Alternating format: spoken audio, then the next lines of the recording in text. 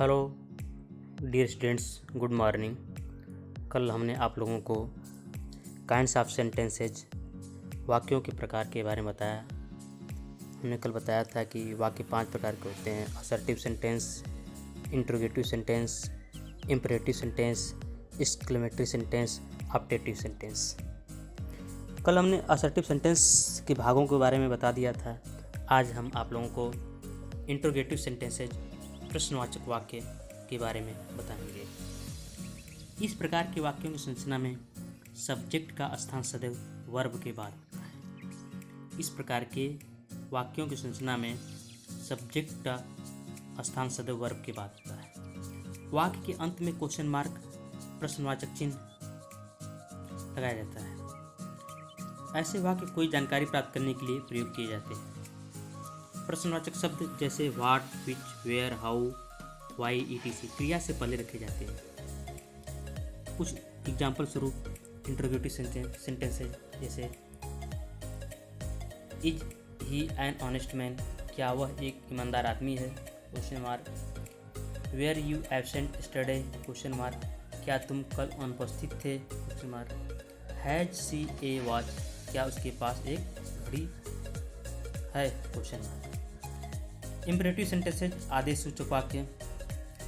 इन वाक्यों की संरचना में या तो सब्जेक्ट को संबोधित करके उसे प्रायः वाक्य प्रारंभ में या अंत में प्रयोग करते हैं, अथवा वाक्य में उसका लोप रहता है, क्योंकि संबोधित व्यक्ति की उपस्थिति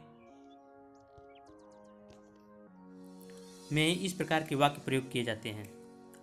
वक्ता के श्रोता के साथ संबोधन के अनुसार तथा वक्ता के दृष्टिकोण के अनुसार प्लीज, काइंडली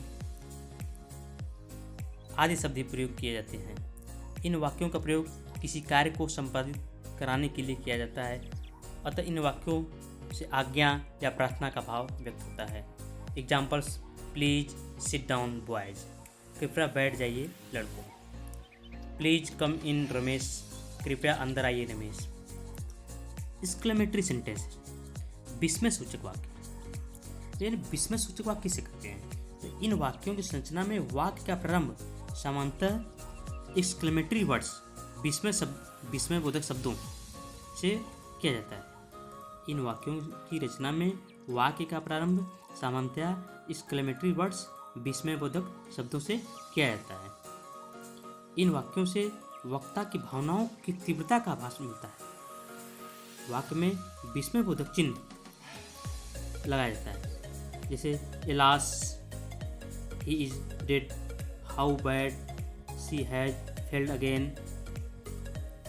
नोट। इस प्रकार के वाक्य में एलास, रा, ए, ओ आदि शब्दों का प्रयोग किया जाता है। इस प्रकार के वाक्य में एलास, रा, आ, ओ आदि शब्दों का प्रयोग किया जाता है। नंबर 2, ऐसे वाक्यों की रचना बिना क्रिया के भी होती है। ऐसे वाक्यों की रचना बिना क्रिया के भी होती है, जैसे what a shame or good events, इस तरह से। 5वां, ऑप्टेटिव सेंटेंसेज, इच्छा सूचक वाक्य। इच्छा सूचक वाक्य जिन वाक्यों में आशीर्वाद या इच्छा का भाव प्रकट होता है। जिन वाक्यों में आशीर्वाद या इच्छा का भाव प्रकट होता है उन्हें ऑप्टेटिव सेंटेंस कहते हैं। जिन वाक्यों में आशीर्वाद या इच्छा का भाव प्रकट होता है उसे ऑप्टेटिव सेंटेंस कहते हैं, जैसे मे गॉड ब्लेस यू, भगवान आपकी रक्षा करे। लॉन्ग लिव द किंग, राजा दीर्घायु हो। Oh if I were a king, काश मैं एक राजा